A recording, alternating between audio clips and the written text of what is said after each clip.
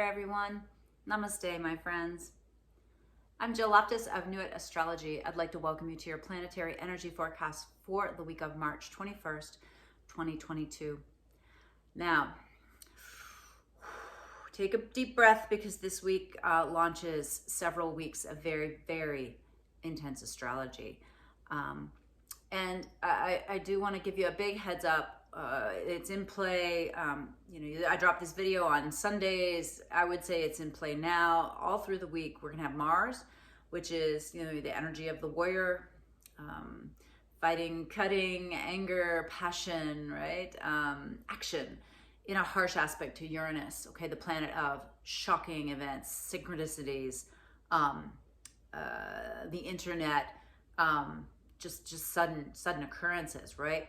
This is on Tuesday the 22nd. We have the exact square, but it is going to be play all week. Mars can fire early and late. Uranus can fire early and late. So this week is a week of astrological caution flag up, white light shields up, slow down, nothing rash, right? This energy can be used in beautiful ways. I'll talk about it when we get to Tuesday, but please monitor yourself. Be careful with yourself. It's coming from the area of life that Aquarius is for you. That's where Mars is right now. And Venus has gotten a couple degrees ahead of him, so she's starting to move on. So she's not there to chill him out a little bit. And then we've got the Uranus in Taurus. So it's at 12 degrees. If you know your chart, anything at 12 degrees, you want to be extra careful. But the 12-degree range from that Tauran area to the Aquarian area, very important to pay attention to. So again, I'll talk a little bit more about that. We also have, because the sun is newly in Aries, which I hope you had some kind of way to honor the astrological new year on Sunday, the 20th, as the sun goes to 0 degrees Aries. But we still have Mercury in Pisces, we've got Neptune in Pisces, and then we've got Jupiter, right, in Pisces as well. So I want to read to you a little quote that I have found to be really helpful and useful, because there's going to be a lot of Neptune firing over these next few months. A lot of Pisces energy. I mean, really just in the next probably 6 weeks that you really want to focus on it. But I'm going to read you this quote. And if you're not driving, if you're somewhere, you can close your eyes and absorb the lesson of this quote from Margaret Atwood from her book, The Penelopiad. I would like you to just listen. Water does not resist. Water flows. When you plunge your hand into it, all you feel is a caress. Water is not a solid wall. It will not stop you. But water always goes where it wants to go, and nothing, in the end, can stand against it. Water is patient.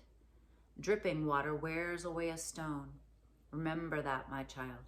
Remember, you are half water. If you can't go through an obstacle, go around it.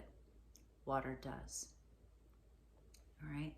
I want you to kind of hold that in your heart for the Piscean aspects that I'm going to talk about here as we get on with the week.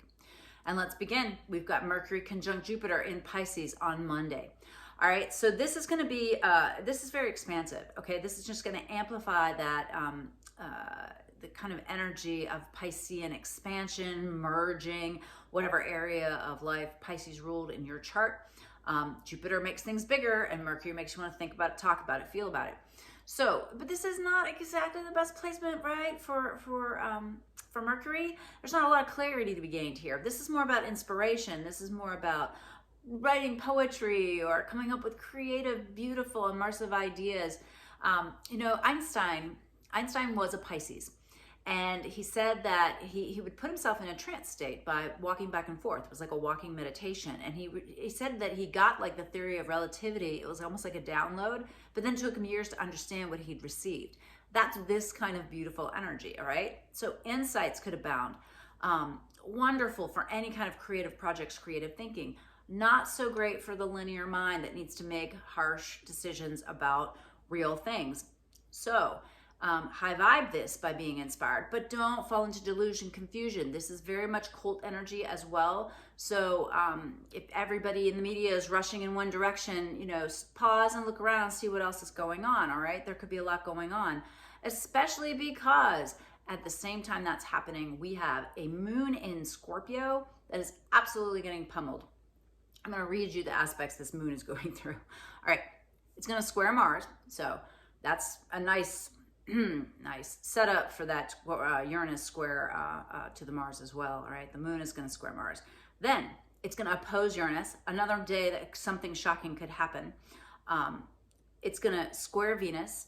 It's going to trine Jupiter. It's going to trine Mercury, and it's going to square Saturn. So really pay attention, and like throughout your day, just kind of take notes on what kind of themes are surfacing here. Where, you know, it's going to be really clear what's not working, but also the potential for the inspiration to show you what could work, how it could be corrected, fixed, brought up to a higher vibration is going to be there. So keep an eye on that. Then we enter into that Mars Square Uranus on the 22nd. That's Tuesday. That's, again, just really something you really need to pay attention to. You need to watch out for potential weather-related events, okay? Mars Uranus sometimes can bring earthquakes or tsunamis or, you know, hurricanes or things like that. It has to be something kind of surprising, right? It could bring accidents. You need to be very slow, methodical, wise, you know, careful. Just really watch that energy, because, you know, this is also going to really be interesting because the nodes of the moon, we've talked about how those are very karmic points. They're very much about the collective. They are beginning to move into a square with Uranus, while they're sending a beautiful beam of energy to Neptune. All right. And so Neptune is like trining the south node, and it's sextiling the north node, and then they're both getting ready to square Saturn. I am looking at this. Go back to that water quote. Like, there's some beautiful inspiration here. And Saturn, as much flack as Saturn gets, Saturn just is the dark angel of learning. Saturn just says, get your shit together. Like, what are we doing? What is this flimsy crap? Like, come on. And, you know, we as a society have been doing some flimsy shit that's just not going to hold up anymore. And it's becoming blatantly obvious to a lot of people.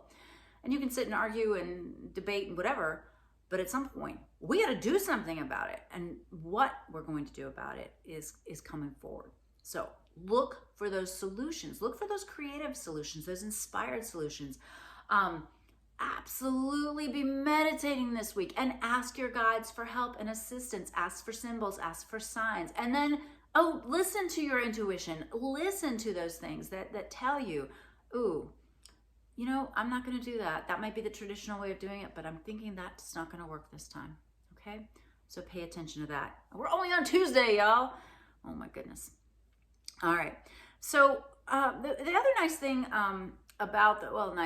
the other thing about the Mars and Uranus is that while that's happening, the moon is going to be sending a nice flow of energy to Pluto and trining both the Neptune and the Sun, okay? So again, it's evolutionary astrology, man. You're changing.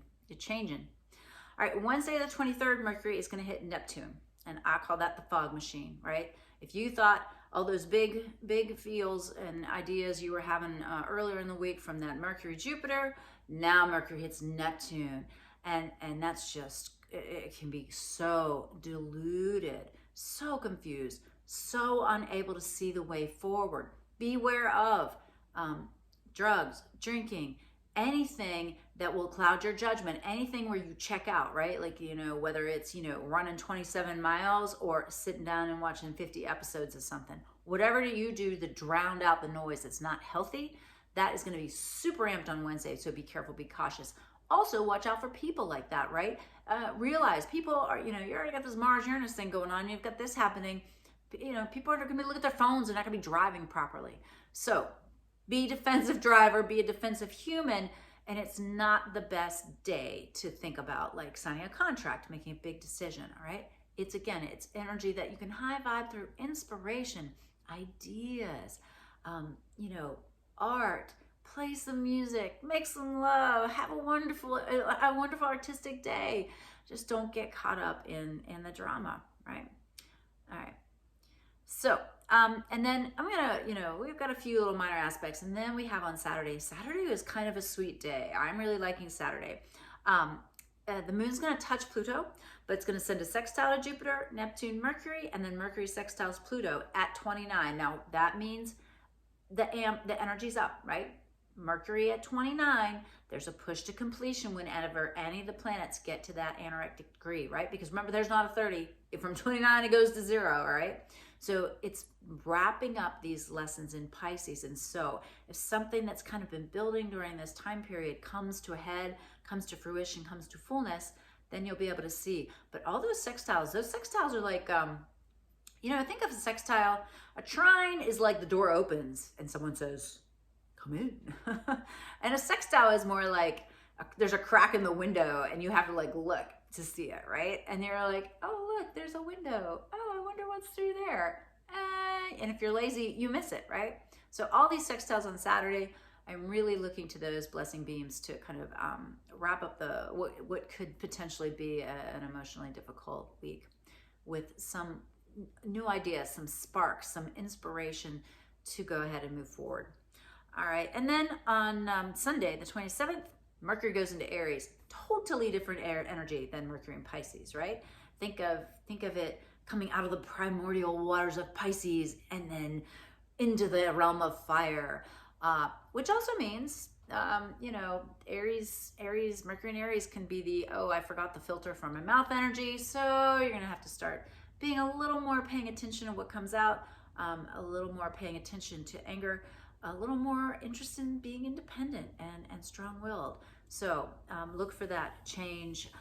And keep in mind that Chiron is in Aries, the sun is in Aries, and so this additional energy into Aries should give you a little more oomph in whatever the area of your life that Aries is in your chart. So you might want to check that out. All right, well, that's everything I have from my notes. I will post this blog. I've got some exciting news coming up about the memberships for the website. So I look forward to sharing more information with you on that. And I am preparing the April forecast. The very end of April ushers in eclipse season. Usually things lighten in the spring, but if you watched any of my 2022 forecasts, you know that we've got some bumps in the road coming up here soon. So take exquisite care of you. As Clarissa Pinkola Estes says, reach out and mend the part of the world that you can reach. Offer prayer, offer light, and the more you can do to elevate, honor, and become your whole happy self, that's how you save the world. All right, well, thank you for staying to the end. I appreciate it. If you didn't already subscribe, please subscribe. And if you hit the like button or make a comment, that always helps the channel to grow. Feel free to hop on the website. I've got a free tarot class. I also have under courses, I've posted a breathwork course that is available for purchase. And I've been posting a few blogs on there as well about related topics. One on tips for new yoga teachers and first dates based on your sign and some other stuff like that. So anyways, always an honor to spend time with you. I really appreciate your faith in me. So namaste.